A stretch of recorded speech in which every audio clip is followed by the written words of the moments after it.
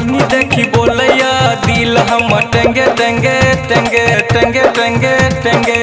आबैया सोझा जब बोलैया दिल हम टेंगे टेंगे टेंगे टेंगे टेंगे टेंगे सुनू ने प्यार के कहानी बढ़ल मोर परेशानी मिलैया में ना जब बोलैया दिल हम टेंगे टेंगे टेंगे टेंगे टेंगे टेंगे भौजी तोहर बहनी देखी बोलैया दिल हम टेंगे टेंगे टेंगे टेंगे टेंगे टेंगे आबैया सोझा जब बोलैया दिल हम टेंगे टेंगे टेंगे टेंगे टेंगे टेंगे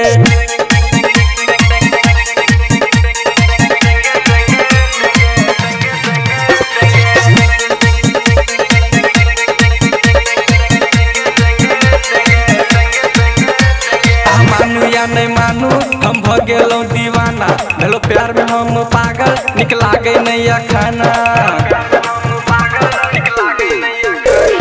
मानू या नहीं मानू हम भगेलों दीवाना भेलो प्यार में हम पागल निक लागे नैया खाना हमरा तो किछु नहीं सुझाइया ओकरे सूरत दिखाइया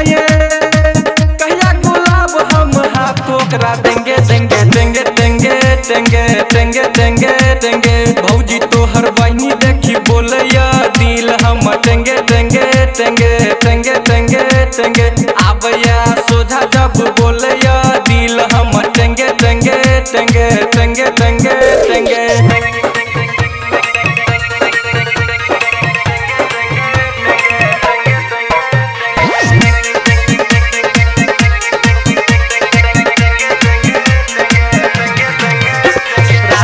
सुनू बतिया धड़कैया हमर छतिया मन लागे नैया हमरा बना दिया संगतिया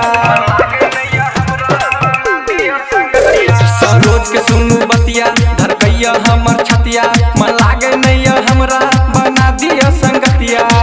माहिर मुकेश कहैया